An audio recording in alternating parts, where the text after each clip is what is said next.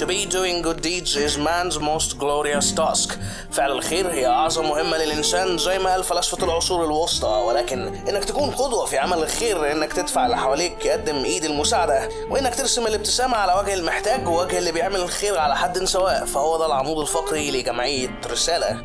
مع ظهور جمعية رسالة بدأوا المتطوعين يلفوا المدن في قوافل كتيرة بتقدم الإغاثات والمساعدات. بدأوا بشنطة مؤن غذائية، ووصلوا تركيب المية، الأسقف، تجهيز العرايس، زيارة مسنين، تنظيف، معمار، توعية أو تطوير تنموي.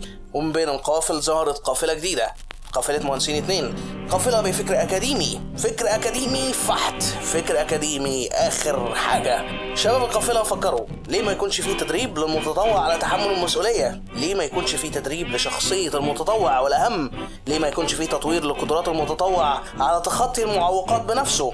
نقدر نخرج زي دفعتنا النهاردة ناس كتير قادرين يكملوا المشوار، متدربين على تحمل المسؤولية أمام المجتمع، وقادرين يكونوا مثل أعلى لباقي الناس حتى بعد ما يرجعوا لحياتهم بعد رسالة. نقدر نخرج شخصيات قادرة على تحقيق النجاح في أي مجال، فكرتهم تقدر تغير المجتمعات للأفضل، تقدر تغير حياة الناس في كل شارع. المهم الخير تصرف بشري في المقام الأول، تصرف نابع من فطرة الإنسان، ففكرتهم قايمة على تطوير العنصر البشري، أهم العناصر في عمل الخير. وزي ما قدروا في 5 شهور يشتغلوا 32,000 ساعة بمجهود 2000 متطوع، وزعوا فيهم 7000 شنطة، ركبوا فيهم 75 سقف صاج و22 خشب، جهزوا 85 عروسة، طبخوا 1500 وجبة، زاروا 200 مسن، فرحوا 700 طفل، حفروا 40 وصلة مية، ورمموا 10 فصول، وزرعوا 100 شجرة في مصر.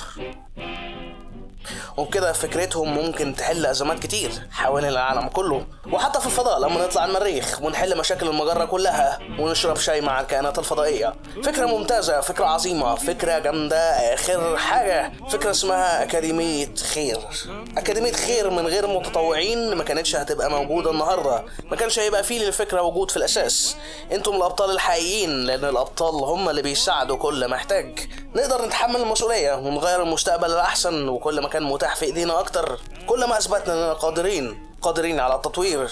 شكرا للمتابعة. كان معكم عمر وحيد من مكان ما على كوكب الارض. I don't want to set the world on fire.